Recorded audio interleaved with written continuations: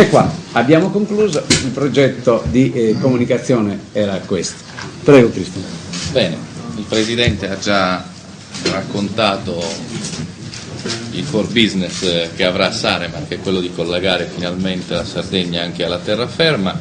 Io vorrei dare atto di uno sforzo organizzativo che è stato portato avanti dagli uffici, che voglio ringraziare in questo periodo, e dalla Saremar. In pochissimi mesi si è riuscito, contro anche tutto e tutti, a fare un bando internazionale, a recuperare i broker, non ci si credeva, a recuperare le navi ed era impossibile. E vorrei spendere due parole sulle navi. Prendiamo navi che hanno 2 anni di vita, sono varate nel 2009 e quindi nuovissime.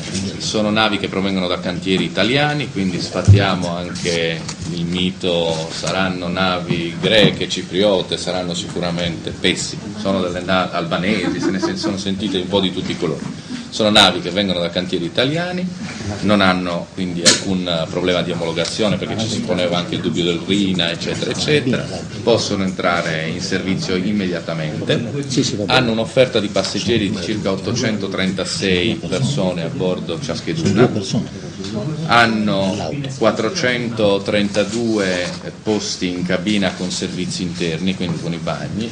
Su questo mi soffermo un po' di più. Il biglietto è stato fatto perché Umberto Aime dice andiamo su Civitavecchia. Allora, Golfo Aranci Civitavecchia è una tratta che con queste navi, che hanno 24 nodi nominali, si faranno in 6 ore.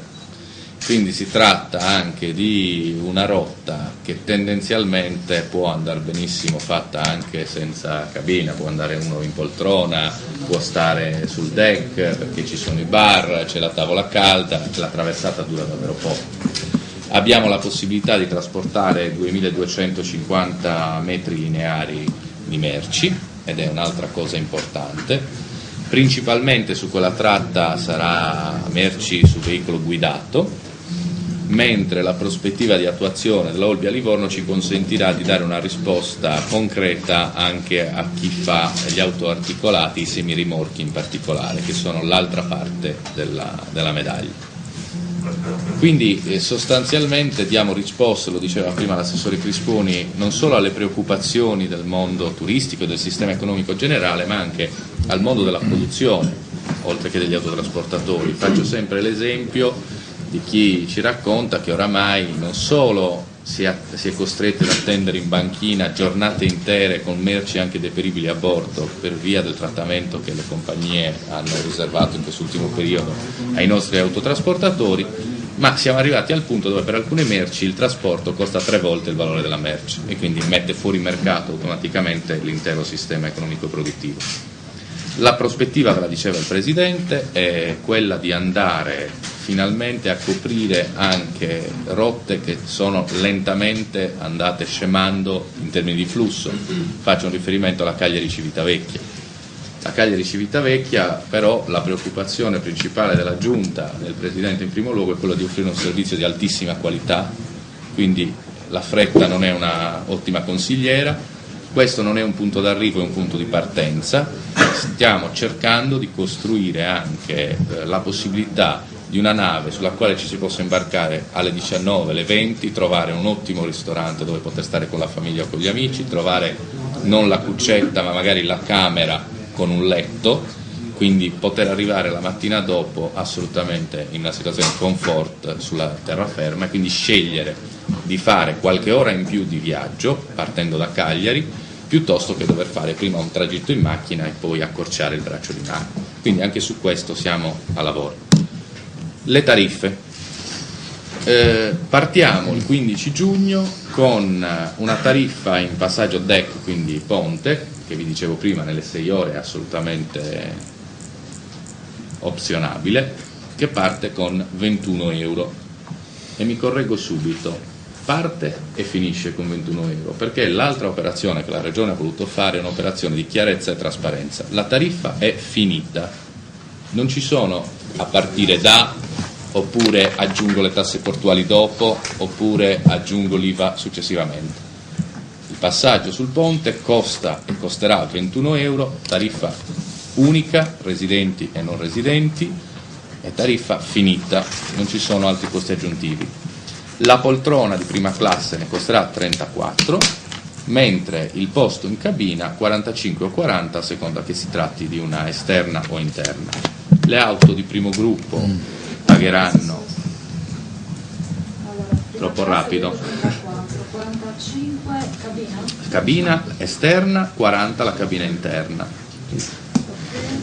Le auto del primo gruppo, che sono quelle che hanno una lunghezza inferiore, quindi le utilitarie tendenzialmente 45, mentre le auto del secondo gruppo fanno 50. Le roulotte e i camper hanno un costo a metro lineare di 13 euro, mentre i bus avranno un costo per metro lineare pari a 16,5.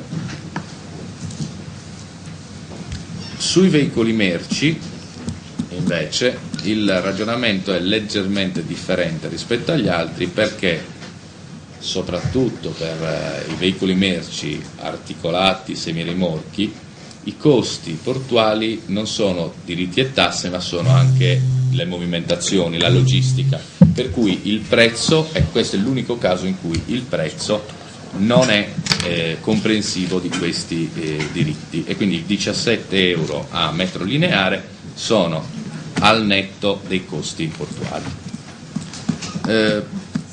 Chiaramente a voi interessa il raffronto rispetto a tutte le altre. Mediamente siamo al di sotto di percentuali attorno al 50% rispetto alle tariffe ordinariamente praticate dalle altre compagnie. Comunque sono tariffe inferiori sempre alla miglior tariffa presente sul mercato. Quindi di fatto possiamo dire che l'obiettivo che il Presidente e la Giunta si erano prefissati di dare una risposta forte al mercato in termini di sostenibilità e di incentivo l'abbiamo raggiunta con questo piano tariffario, con la collaborazione, prima lo raccontava l'assessore al turismo, di tutto il sistema, che vuole trovare all'interno di questi traghetti non solo un motivo d'orgoglio rinnovato che c'è, noi riceviamo quotidianamente decine di mail, di telefonate dai circoli dei sardi, da tantissimi cittadini che vogliono venire in Sardegna, riusciamo a dare anche una rappresentazione della nostra isola visiva a bordo, e probabilmente abbiamo ripreso finalmente in mano la penna per scrivere la nostra storia, e non solo per leggere le lamentele, per leggere i maltrattamenti che abbiamo spesso ricevuto. Mi fermo qui, lascio spazio anche a eventuali.